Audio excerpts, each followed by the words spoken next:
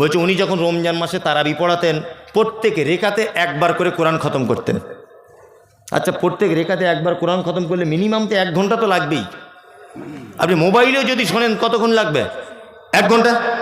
তার মানে 1 ঘন্টা যদি 1 রেখাতে লাগে, তা উনি 20 রেখাত পড়েন, 20 ঘন্টা, তাই তো? আর তাহলে সকাল হয়ে যাবে নাকি আর থাকবে রাত? হ্যাঁ, আশ্চর্য ব্যাপার। এইসব ব্যাপার ওনার ব্যাপারে বলা হচ্ছে, আর বলছে না রে তাকবীর আল্লাহু আকবার। মানে বক্তাও মানে যেমন, শ্রোতাও তেমন। আল্লাহর ওলি। আপনাদেরকে মজার কথা বলি, আল্লাহর ওলি হওয়া পৃথিবীতে যত কাজ আছে সব থেকে সহজ। ওলি মানে দুটি কথা বলে দিই। ওলির 1 নম্বর মানে হচ্ছে অভিভাবক। আল্লাহ বোঝাতে চাইছেন অলা তাত্তাবিউ, তোমরা আনুগত্য করো না, মেনে চলো না, মিন দুনিহি, আমাকে ছাড়া, আউলিয়া, ওলি আউলিয়াদের, তাই তো? ওলি 1 বচন, আউলিয়া বহু বচন। ওলির শব্দের অর্থ হচ্ছে অভিভাবক। আচ্ছা, অভিভাবক কাকে বলে এটা আপনারা জানেন তো? অভিভাবক, আমার বেটা আছে, বেটি আছে, এই দুজনের অভিভাবক কে? আমি মুমতাজুল ইসলাম। আমার বেটা জুতো ছিঁড়ে গেছে, চাইবে কার কাছে? আমার কাছে। আমার বেটা স্কুলে যাবে, পয়সা চাইবে কার কাছে? আমার কাছে। আমার বেটির স্কুল ব্যাগ নেই, চাইবে কার কাছে? আমার কাছে। অভিভাবক মানে তার অধীনে থাকা প্রত্যেক মানুষের দায়িত্ব তার হাতে, তাই না? আল্লাহ, আমরা কার অধীনে থাকি? আল্লাহর অধীনে থাকি। আল্লাহকে বাদ দিয়ে অন্য কোনো মানুষের অধীনে যেতে যাব? একদম নয়। এইবার আপনাদেরকে একটা কথা বলি, আমাদেরকে ওলি 2 প্রকারের। কয় প্রকার? 2। এক হচ্ছে পরবর্তীতে ওলি, এক পূর্ববর্তীতে ওলি। ভালো করে বোঝার চেষ্টা করবেন। পরবর্তী ওলিকে, পরবর্তী ওলি হচ্ছে ইমাম আবু হানিফা, খাজা মঈনুদ্দিন চিশতি, ওই আল্লামা রুহুল আমিন সাহেব, ওই ফকির সাহেব, ওই ন্যাংটো বাবা, ওই দরগা বাবা, ওই গাছতলায় থাকে ছিকল বাবা, তালা বাবা, এরা হচ্ছে মানে পরবর্তী ওলি, তাই না? আমরা ওয়াজ মাহফিলে, জলসাতে শুধু এদের জীবনী বলতে বলতে টাইম সব শেষ। অর্থাৎ পূর্ববর্তীতে যারা ওলি ছিল, হযরত আবু বকর, হযরত ওমর, হযরত আলী, হযরত উসমান রাদিয়াল্লাহু তাআলা আনহুম আজমাইন, এরা আল্লাহর ওলি ছিল না? ছিল কি ছিল না? ছিল। আমরা জীবনী যদি বলতে হয়, আশ্চর্য ঘটনা যদি মানুষের সামনে আল্লাহর ওলিদের যদি পেশ করতে হয়, আমরা আবু বকরের জীবনী থেকে বলবো, উমারের জীবনী থেকে বলবো, উসমানের জীবনী থেকে বলবো, আমরা আলীর জীবনী থেকে বলবো। আরে খাজা মঈনুদ্দিনের জীবনী শুনে আমার বাপের লাভ কি?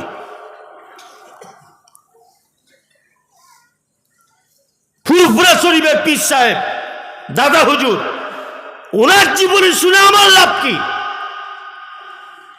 ইমাম আবু হানিফার জীবনী শুনে আমার লাভ কি? কোনো লাভ নেই। 3 ঘন্টা ধরে বক্তব্য রাখছে শুধুমাত্র খাজা মঈনুদ্দিন চিশতি জীবনী দিয়ে। কে বলেছে বক্তব্য রাখতে খাজা মঈনুদ্দিন চিশতির জীবনী দিয়ে? এই জীবনী শুনলে কোনো নেকি হবে? 10 পয়সা নেকি নেই। পৃথিবীতে 4 শ্রেণীর মানুষ আল্লাহ তাআলার পক্ষ থেকে প্রাইজ প্রাপ্ত। 1, আনা আমাল্লাহু মিনান নাবিয়্যিনা ওয়াস সিদ্দিকিনা ওয়াশ শুহাদাই ওয়াস সালিহিন। 1 নবীগণ, 2 সাহাবায়ে কিরামগণ, 3 শহীদগণ, 4 সালিহিন, সৎ কর্মপরায়ণ যারা, তারা। এই 4 শ্রেণীর মানুষ ছাড়া তৃতীয় কোনো ব্যক্তির আর গল্প শোনা যাবে না। চলুন, আল্লাহর ওলি মানে আশ্চর্য ঘটনা, আমরা যেটা জানি, তাই না? জি, সাহাবীদের জীবনে আশ্চর্য ঘটনা ঘটেনি? ঘটেছে। আপনাকে চমৎকার চমৎকার কয়েকটা ঘটনা বলি, মরা মানুষের মতো আপনি বসুন। 1, হযরত আবু হুরায়রার নাম শুনেছেন? শুনেছেন। আল্লাহ নবী সাল্লাল্লাহু আলাইহি ওয়াসাল্লামের সাথে পেয়েছিলেন মাত্র 3 বছর। কত বছর? 3 বছর। সব থেকে বেশি হাদিস বর্ণনা করেছেন কে? আবু হুরায়রা, তাই না?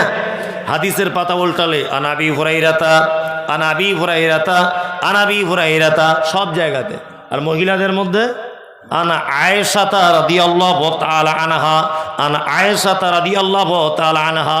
মহিলা সাহাবিয়াতদের ভিতরে আয়েশা আর পুরুষদের ভিতরে আবু হুরায়রা অধিক হাদিস বর্ণনা করেছেন, তাই তো? চমৎকার ঘটনা, আপনার গায়ের লোম খারাপ হয়ে যাবে শুনলে। হযরত আবু হুরায়রা বলছেন, আমি নতুন ইসলাম কবুল করলাম, নতুন ইসলাম কবুল করলাম। আসহাবে সুফফাতে বসবাস করতাম। কোথায়? আসহাবে সুফফাতে। আসহাবে সুফফাতের খাওয়া দাওয়া কিছু থাকতো না। অন্যান্য সাহাবীরা হাদিয়া দিলে খেতেন, না তোবা চুপচাপ মেরে বসে থাকতেন। তো হযরত আবু হুরায়রা বলছেন, এত খিদা লেগেছে একদিন, আর থাকতে পারলাম না। আল্লাহ নবী সাল্লাল্লাহু আলাইহি ওয়াসাল্লাম মেম্বারে যেখানে খুতবা দিতেন, ওখানে পেটের সাথে এরকম পেট লাগিয়ে চুপচাপ মেরে বসে আছেন। কে? আবু হুরায়রা। উনি ভাবছেন যে এখানে বসে দেখো তার কাজ নাই, খাওয়া দাওয়া পাবো না, একটু রাস্তার দিকে যাই। আবু হুরায়রা রাস্তার দিকে বার হলেন, বার হয়ে রাস্তাতে বসে আছেন। মনে মনে ভাবছেন, কোনো মানুষের কাছে তো ডাইরেক্ট খাবার চাওয়া যাবে না, নবী সাহাবী বলে কথা, ডাইরেক্ট চাওয়া যাবে যাবে না। হযরত আবু হুরায়রা মনে মনে ভাবছেন যে কোনো একটা কৌশলে কিছু চাইতে হবে। রাস্তা দিয়ে আসছেন কে? হযরত ওমর। তা আবু হুরায়রা বলছেন, ওমর ভাই, কোরআনের এই আয়াতটা সম্পর্কে একটু বলে দেন তো। আবু হুরায়রা ভাবছেন, আমি ক্ষুধার্ত, একদিন দুদিন খাওয়া হয় না, এরকম মানুষকে চোখ মুখ দেখলে একটু বোঝা যায় না যাবে। ওমর বিচক্ষণ মানুষ, হয়তো আমার দিকে দেখলে বুঝতে পারবে যে ক্ষুধার্ত। হযরত ওমর কি করলেন? আবু হুরায়রার দিকে তাকালেন, কোরআনের আয়াতটা বললেন, চলে গেলেন। আবু হুরায়রা মনে মনে ভাবছেন, তাহলে চালাকি আর কাজ হলো না, চালাকি আর কাজ হলো না। দ্বিতীয়বার আসছেন কে? আবু বকর সিদ্দিক রাদিয়াল্লাহু তাআলা আনহু। তিনি আসছেন। হযরত আবু হুরায়রা একই ঘটনা, আবু বকরও বুঝতে পারলেন না, চলে গেলেন। তৃতীয়বারে এসছেন কে? বিশ্ব নবী জানাবে রাসূলুল্লাহ সাল্লাল্লাহু আলাইহি ওয়াসাল্লাম এলেন। আসার পরে আবু হুরায়রার দিকে তাকিয়ে মুচকে হেসে বলছেন, আবু হুরায়রা কি খবর? কি খবর? খিদে পেয়েছে তাই তো? চলো আমার সাথে চলো। আবু হুরায়রা নিজে বর্ণনা করছেন, আল্লাহ রসুল হাঁটছেন, আমি আল্লাহ রসুলের পিছনে পিছনে হাঁটছি। আল্লাহ রসুল বাড়ির ভিতরে চলে গেলেন। যাওয়ার পরে আমার জন্য বলছেন, আবু হুরায়রা, আরে বরকতের খাবার হাদিয়া চলে এসেছে আজকে। আল্লাহু আকবার। কি? এক পেয়ালা দুধ। আবু হুরায়রা মনে মনে ভাবছে, এক পেয়ালা দুধে তো আমার পেটের এক কোনায় পড়ে থাকবে। আল্লাহ নবী বলছেন, আবু হুরায়রা এক কাজ করো, আসহাবে সুফফাতে যতজন সাহাবী আছে সব সাহাবীকে ডেকানো যাও। আবু হুরায়রা তো মন আরো খারাপ, এক পেয়ালা দুধ, আল্লাহ রাসূল আবার আমাকে না দিয়ে আবার অন্যান্য সাহাবীদেরকে ডাকতে বলছেন, এ কেমন কথা? কি বললাম বুঝলেন? কেউ কেউ মত প্রকাশ করেছে যে আসহাবে সুফফাতে তখনকার দিনে প্রায় 150 জনের কাছাকাছি সাহাবী ছিল, তবে এ মত সঠিক নয়। কি বললাম বুঝলেন? 150 জনের কাছাকাছি, 150 জন বাদ দেন, 50 জন ধরুন সাহাবী। নবীজি বলেছেন, আবু হুরায়রা তো দেরি করতে পারছেন না, চট জলদি চলে গেলেন। আসহাবে সুফফা সব সাহাবীকে আনলেন। আল্লাহ নবী সাল্লাল্লাহু আলাইহি ওয়াসাল্লাম আসহাবে সুফফা সাহাবীদেরকে আনলেন বাড়িতে ডেকে, আর পেয়ালাটা আবু হুরায়রাকে দিয়ে বললেন, সবাইকে একবার একবার করে পান করতে বলো। আবু হুরায়রা একজনকে যখন পেয়ালা দিয়েছে, মনটা খুব খারাপ, যে আল্লাহ রসুল যদি আমাকেও প্রথম পেয়ালাটা দিত তবু এক হতো, এই যা কেস, তাহলে আমি আর দুধ পাবো না। আবু হুরায়রা বলছেন, এক এক করে দুধ আমি পান করাতে লাগলাম। একদম সহি হাদিস এটা। এক এক করে সব সাহাবীর দুধ পান করা হয়ে গেল। আল্লাহ রসুল এবার আবু হুরায়রাকে বলছেন, আবু হুরায়রা তুমি দুধ পান করো। আবু হুরায়রা তখন খুব লোভে লোভে আর কি দুধ পান করছেন। দুধ পান করে পেট ভর্তি। তখন আল্লাহ রসুল সাল্লাল্লাহু আলাইহি ওয়াসাল্লাম আবার বলছেন, আবু হুরায়রা আবার পান করো। আবু হুরায়রা বলছেন, আল্লাহ রসুল আমার তো আর পজিশন নাই। আবু হুরায়রা আবার একটু পান করলেন। আল্লাহ রসুল বলছেন, আবু হুরায়রা আবার করো। আবু হুরায়রা বলছে, আল্লাহ রসুল আর কোনো মতেই জায়গা খুঁজে পাচ্ছি না, পেটে আর জায়গাই নাই। কি বলছি বুঝতে পারছেন না? আল্লাহ নবী সাল্লাল্লাহু আলাইহি ওয়াসাল্লাম নিজে দুধ পান করলেন। এবার আপনাকে আমি বলছি, এক পেয়ালা দুধ 100 থেকে 150 জন মানুষ খাওয়া সম্ভব না অসম্ভব? আল্লাহ চায় সম্ভব, ওটা আলাদা বিষয়। দুনিয়াবি দৃষ্টিতে সম্ভব না অসম্ভব? অসম্ভব। প্রথমত কথা মনে রাখতে হবে যে এটা নবীজির একটা মুজিজা। 1 2 এই ঘটনা থেকে শিক্ষা নেন। 2 নম্বর শিক্ষা কি? সাহাবীদের ভিতরে এবং নবীজিদের ভিতরেও অলৌকিক কিছু ঘটনা ঘটে ছিল। নাম্বার 3, মুহাম্মদ সাল্লাল্লাহু আলাইহি ওয়াসাল্লামের চরিত্রে দেখুন, আল্লাহর নবী তো চাইলে তখনকার দিনে তিনি নেতা, নেতা না নেতা, তখন তিনি চাইলে তো ঘরের ভিতরে টুক করে দুধটা পান করে নিয়ে আবু হুরায়রাকে বলতে পারতেন ঘরে কিছুই নাই, বলতে পারতেন না? নতবা এটা তো করতে পারতেন, নিজে পান করতেন, আবু হুরায়রাকে পান করতেন, দিয়ে শেষ করে দিতেন, তাই না? তার মানে বোঝা যাচ্ছে নেতা শুধু হলে হবে না, নেতার অধীনে যত মানুষ থাকবে সবাইকে ভাগ বিলি বন্টন করে তবে খেতে হবে, তাই না? আমাদের নেতারাও তাই করে, তো তাই করে, পায়খানা ঘরের টাকা মেরে খেয়ে নিয়েছে। আশ্চর্য ব্যাপার। হ্যাঁ, সরকার পায়খানা ঘরের জন্য টাকা দিয়েছে 3000, ওতেও দেখছি ও মোটামুটি খেয়ে নিয়েছে 900 টাকা, 2500। আশ্চর্য। গরিব মানুষের একটা ঘর এসেছে, গরিব মানুষের, সরকার টাকা দিয়েছে, ও আবার রাতের অন্ধকারে গিয়ে বলছে 10,000 যদি না দিবি তোর নাম কেটে ফটিকের নাম তুলে দিব। ও ভয় করছে যে 1 লাখ টাকা গরিব মানুষ পাবো, এখন যদি আমার নাম কেটে দেয় তাহলে বিপদ। কি বলছি বুঝতে পারছেন না? ও ভয়ে ভয়ে 10,000 টাকা মেরে দিয়েছে। কি বলবো আপনাকে, আল্লাহু আকবার। এরকম নেতা পশ্চিম বাংলাতে আছে। একজন মানুষ মর্মান্তিক অবস্থা, মারা যাচ্ছে, নার্সিংহোমে নিয়ে যাওয়া হলো, তা নার্সিংহোমে ভর্তি নিচ্ছে না, কোনো একজন নেতা ফোন করে দিয়েছে যে ভর্তি নেন, এটা আমার রুগী। যখন নার্সিংহোম থেকে বার হচ্ছে রুগী, বিল হয়েছে 30,000। গরিব মানুষ দিতে পারছে না, যে আমি দিতে পারবো না, 30,000 আমার পক্ষে সম্ভব নয়। তখন নার্সিংহোমের মালিক বলছে আপনি যদি ডাইরেক্ট আমাকে ফোন করতেন তাহলে ওটা 20,000 হয়ে যেত। আপনি যাকে দিয়ে ফোন করিয়েছেন ওর জন্য 10,000 রাখতে হবে যে। এই হচ্ছে নেতার চরিত্র। এরকম নেতা আছে? আল্লাহু আকবার, আল্লাহু আকবার। এটা আমাদের নেতাদের চরিত্র। আমি পৃথিবীতে এরকম নেতা দেখিনি যে জোর করে বলে আমার টিকিট না দিলে পার্টি পরিবর্তন করে দিব, আছে না? আল্লাহু আকবার। এই তো পঞ্চায়েত ভোটে প্রধান হবে, একটা গ্রামের মেম্বার হবার জন্য 10 লাখ 15 লাখ টাকা দিয়ে টিকিট কিনেছে না? কেন এত টাকা দিয়ে টিকিট কিনতে হয় কেন? মানুষ বুঝে না? আগে আন্ডার প্যান্ট পরে ঘুরতে, এখন বুলেট গাড়িতে ঘোরে। টাকা কি ওর ছাপাখানা, ওর বাপের কল আছে? মানুষ বোঝে না। আগে ওকে মানে কেউ চিনত না ওকে, আগে বাজারের লোক। এখন 4 চাকা গাড়ি করে ঘুরছে, মানুষ বুঝে না এগুলো টাকা কোথা থেকে আসে। ও কি, কোন প্রফেসর, কোন কলেজে চাকরি করে, এত টাকার মালিকও বর্তমানে। হ্যাঁ, এই করছে নেতার চরিত্র। আর আমরা মানুষ এই নেতাদের ব্যাপারে ভোটের আগে কি স্লোগান দিই? আমাদের নেতার চরিত্র ফুলের মতো পবিত্র, এবার ভোটে জিতবে কে অমুক ছাড়া আবার কে। তুমি যে নেতার সার্টিফিকেট দাও তার চরিত্র ফুলের মতো পবিত্র। ও সকালে একরকম কথা বলে, বিকেলে আর এক রকমের বলে। বড় ভাইকে একরকম কথা বলে, ছোট ভাইকে একরকম নিয়ে ঝামেলা লাগিয়ে দেয়। বিচার করার সময় দুজনের কাছে টাকা খেয়েই বলে তোর পক্ষেই রায় দিয়ে দেবো। এই হচ্ছে বর্তমান অবস্থা নয়? অথচ বিশ্ব বরেণ্য মুহাম্মদুর রাসূলুল্লাহ সাল্লাল্লাহু আলাইহি ওয়াসাল্লাম নেতার চরিত্র, এক পেয়ালা দুধ ভাগ বিলি বন্টন করে খাচ্ছেন। কি বললাম বুঝলেন? চলুন, এ হাদিসের এটা শিক্ষা। দ্বিতীয় আর একটা চমৎকার ঘটনা আপনাদের সামনে পেশ করছি, অলৌকিক ঘটনা যেটা সাহাবীদের ভিতরে ঘটেছে। এক খন্দকের যুদ্ধ হয়েছিল, নাম শুনেছেন? খন্দকের যুদ্ধ। আল্লাহ নবী সাল্লাল্লাহু আলাইহি ওয়াসাল্লাম খন্দকের যুদ্ধের ব্যাপারে খুব চিন্তিত ছিলেন, খুব চিন্তিত। কারণ এইদিকে বেরোন, খন্দকের যুদ্ধের পজিশনটা প্রথমে আপনাকে বলি, বুঝতে সুবিধা হবে। এই গ্রামটার নাম কি? কিশোরীতলা। কিশোরীতলা হচ্ছে এইখানে মুসলিমদের ঘাঁটি, আর পলাশিতে হচ্ছে মুশরিকদের ঘাঁটি। ভালো করে বুঝবেন। আর যুদ্ধটা হবে কোথায় না, যুদ্ধটা এই জায়গাটাতেই হবে, ধরে নেন এই জায়গাটাতেই হবে যুদ্ধটা।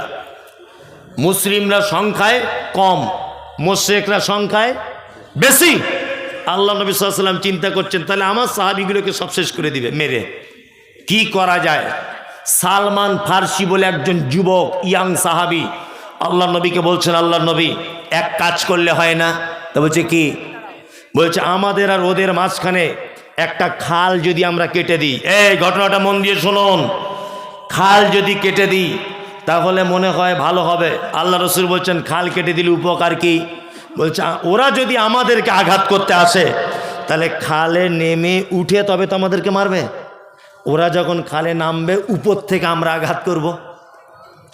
আল্লাহ রসুল সাল্লাল্লাহু আলাইহি ওয়াসাল্লাম বলছেন ঠিক, ঠিক বলেছো তুমি। চলো চলো সাহাবীরা চলো, খাল খুঁড়তে হবে, চলো। বাড়ি থেকে দা কুড়ুল গাঁইতি যার যেমন মালপত্র আছে সাহাবায়ে কেরামগণ সব খন্দকের পরিখা খনন করতে গেলেন। বিশ্বনবী গলার আওয়াজ উঁচু করে দিয়ে বললেন, এই খন্দকের যুদ্ধ যতদিন না পর্যন্ত শেষ না হবে একজন সাহাবী বাড়ি যেতে পাবে না। দুই নম্বর যারা নতুন বিবাহ করেছে প্রয়োজনে তারা শুধু বাড়ি যাবে, আর কেউ বাড়ি যাবে না। গর্ত খনন করার কাজ চলছে। আল্লাহু আকবার। মক্কা মদিনা আপনারা জানেন পাথরিয়া জমিন, সাহাবেগণ গাঁইতি মারছেন, খুব জোরে জোরে গাঁইতি চালাচ্ছেন, পাথরগুলো ভেঙে টুকরো টুকরো হয়ে মাটি খুঁড়ছেন সাহাবায়ে কেরামগণ। আল্লাহ নবী সাল্লাল্লাহু আলাইহি ওয়াসাল্লাম নিজে এখানে উপস্থিত ছিলেন। সাহাবীগণ বলছেন যে একটা পাথরের উপরে গাঁইতি মারছি, পাথরটা ভাঙতে পারছি না, এত বড় পাথর। সহিহ হাদিস থেকে বলছি ঘটনা, এত বড় পাথর। সাহাবীগণ বললেন আমাদের দ্বারা সম্ভব নয়, আল্লাহর নবীকে একটু ডেকে আনলে হয় না? নবীজি যদি হাতুড়ি দিয়ে মারেন হয়তো ভেঙে যেতে পারে। বিশ্বনবীকে ডাকা হলো।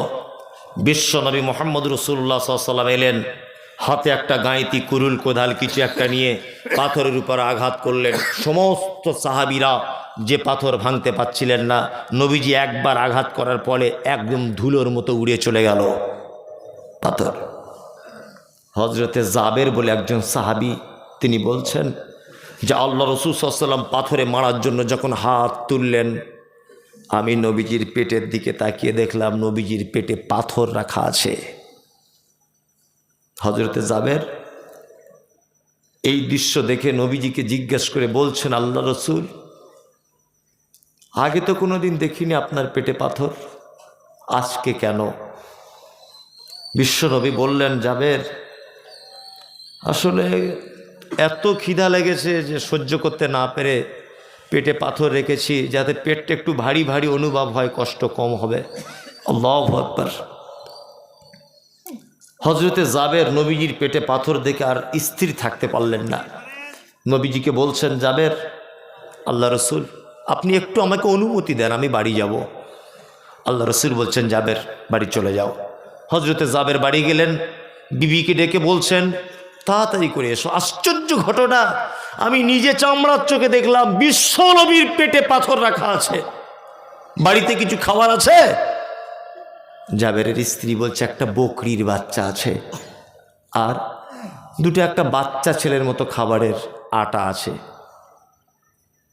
হযরতে জাবের বলছেন, আমি তাহলে তাড়াতাড়ি করে জবাই করে দিই, বকরি তুমি রান্না চাপিয়ে দাও আর রুটি বানাতে লাগো। নবীজিরে করুণ অবস্থা থেকে আমি আর থাকতে পারছি না। তখন জাবেরের স্ত্রী বলছেন, আপনি তাড়াতাড়ি করে নবীজিকে গিয়ে বলুন যে আমার স্ত্রী আপনাকে দাওয়াত দিয়েছে। হযরতে জাবের চলে এলেন খন্দকের ময়দানে, বিশ্ব নবীকে বলছেন, আল্লাহ রসুল, বাড়িতে সামান্য কিছু খাবার তৈরি করেছে আমার স্ত্রী, আপনাকে আমার স্ত্রী বাড়িতে ডেকেছে, আপনি একটু চলুন আর দুই একজন সাহাবীকে সাথে নেন, চলুন গিয়ে কিছু খেয়ে আসি। এই কথা যখন বলেছেন তখন আল্লাহ নবী সাল্লাল্লাহু আলাইহি ওয়াসাল্লাম খন্দকের 1000 সাহাবী ছিলেন, কত? 1000 সাহাবীর দিকে তাকিয়ে বললেন, এ সাহাবীরা, আরে দা কোদাল কুরুল যার কাছে যা আছে নিজ নিজ স্থানে রেখে দাও, চলো জাবেরের বাড়িতে দাওয়াত খেতে যাব। জাবের তো মাথা খারাপ, একটা বকরির বাচ্চা কতটা গোস্ত হবে?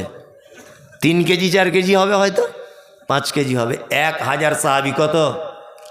1000। এটা সহিহ হাদিসের ঘটনা। হাদিসে আছে না নেই? আছে। জাবের তো ভয়ে থরথর করে কাঁপছেন, কি ব্যাপার, কি সমস্যা হলো, আমার মান সম্মান সব চলে যাবে। জাবের যখন চিন্তিত অবস্থায় বাড়ি ফেরত যাচ্ছেন, আল্লাহ রসুল তখন জাবেরকে পিছন দিক দিয়ে ডেকে বলছেন, জাবের শোনো, বাড়িতে গিয়ে প্রথম কাজ তুমি তোমার স্ত্রীকে বলবে, তোমার স্ত্রী যে চুলার উপরে গোস্ত রান্না করছে ওই গোস্তর হাঁড়িটা যেন চুলা থেকে না নামিয়ে দেয়। 2, তোমার স্ত্রী আটা খমির করে যেটা রুটি পাকাচ্ছে রুটির পাত্র যেন চুলা থেকে না নামায়। আমি যাচ্ছি, জাবের চলো। তখন হযরতে জাবের বাড়িতে এসে খুব মন খারাপ, স্ত্রীকে ডেকে বলছেন, সর্বনাশ হয়ে গেছে, ঘটনা এই, আমি আল্লাহর নবীকে দাওয়াত দিয়েছি আর নবীজি 1000 সাহাবীকে দাওয়াত দিয়েছেন। জাবেরের স্ত্রী তখন বলছেন, চিন্তার কোনো কারণ নেই। আপনি দাওয়াত দিয়েছেন কাকে বলুন? তা বলছে আমি দাওয়াত দিয়েছি আল্লাহর নবীকে। বলছি 1000 সাহাবীকে দাওয়াত দিয়েছে কে? বলছে নবীজি নিজে। তখন জাবের স্ত্রী বলছেন আপনি কেন টেনশন করছেন? আপনি নবীজির দায়িত্ব দিয়েছেন, দাওয়াত করেছেন, নবীজির টেনশন করুন। নবীজি 1000 সাহাবীর দাওয়াত দিয়েছেন, ওটা নবীজি বুঝবেন, তুমি কেন টেনশন করছো?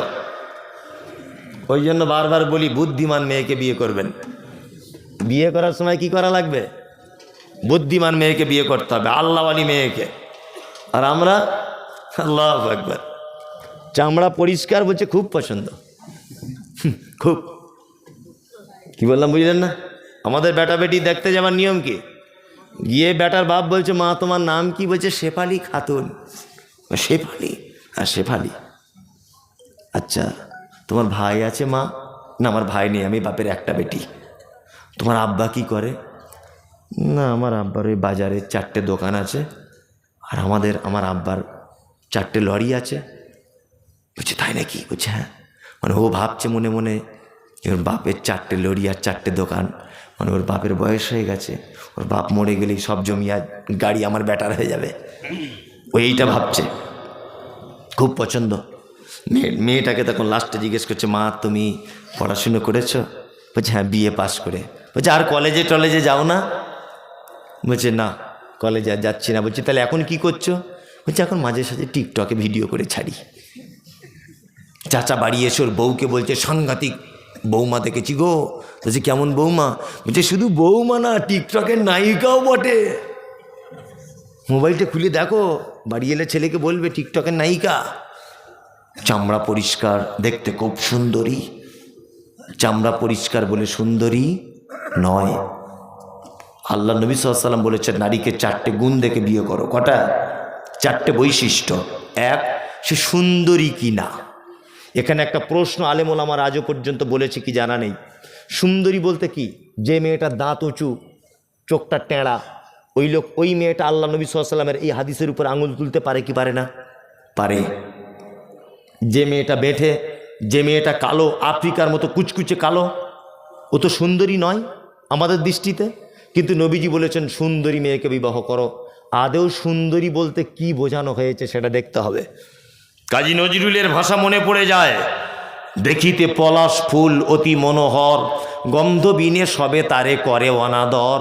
যে ফুলের সৌরভ নেই, কিসের সে ফুল? কদাচ তাহার মনে মজে না বুলবুল। পলাশ ফুল দেখতে পাওয়া যায়, বাজারে বিক্রি হয় না, কেউ কিনেও নেয় না। গোলাপ ফুল খুব দাম, তাই না? ভ্যালেন্টাইন্স ডে একবার শুধু নিয়ে আই লাভ ইউ বলবে 100 টাকা দাম, 250। একবার আই লাভ ইউ বলে, ও আই লাভ ইউ 2 বলতেও পারে নাও পারে, ভরসা নেই, তারপরেও 250 টাকা পিস, তাই না? তার মানে ও দেখতেও যত সুন্দর, ওর সেন্ট তত ভালো, তাই না? ওই জন্য বলছি চামড়া পরিষ্কার হলে সুন্দরী নয়। চামড়া সাদা হলে যদি সুন্দরী হতো তাহলে আমি মনে করব কালো আঙ্গুরের থেকে মূলোর দাম বেশি হতো, তাই না? সাদা হলেই যদি দাম বেশি হতো, আপেলের থেকে মূলোর দাম বেশি হতো না? এই কালো আঙ্গুর দেখতে ভালো না মূলো দেখতে ভালো? মূলো কত কেজি? কত? 10 টাকা। কেউ খাই না, খায়, অথচ কালো আঙ্গুর এখন 400 টাকা কেজি, যান, তাই না? সিলভার কাপ মাছ 100 টাকা কেজি, সাদা চকচক চকচক করে, তাই না? আর দেশি মাগুর 1000 টাকা কেজি। কালো না সাদা? কালো। তার মানে বোঝা যায় কালো বলেই যে খারাপ তা নয়, গুণ যার বেশি দাম তার বেশি, ইমানদারিতা যার বেশি দাম তার বেশি। বেলাল হাবশি, ইথিওপিয়াতে তার বাড়ি, হযরতে বেলালের ইথিওপিয়াতে বাড়ি। বেলাল মাথার চুলগুলো পাখির বাসার মতো কালো, কুচকুচ কুচকুচ কুচকুচ করে বেলালকে। ইমানদারিতার দিক দিয়ে কি উজ্জ্বল নক্ষত্র নয়? উজ্জ্বল নক্ষত্র। আবু জাহেল, আবুল আহাব, জি জানা আছে? দেখতে কেমন ছিল? তখনকার দিনে মক্কা মদিনার আরব দেশের সব থেকে সুন্দরের উপাধি পেয়েছিলেন, তার নাম আবুল আহাব। কি বললাম বুঝলেন?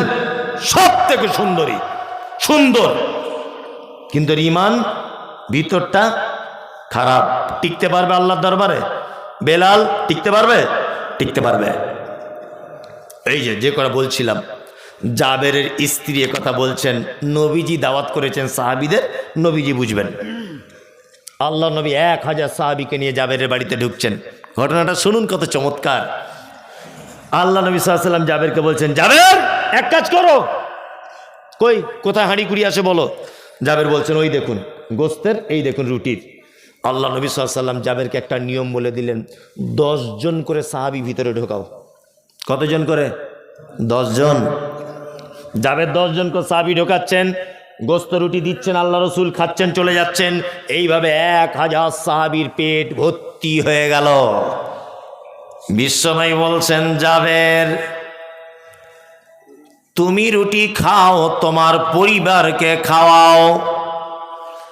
হযরতে জাবের বলছে, আমি রুটি খেলাম, আমার পরিবারকে খাওয়ালাম।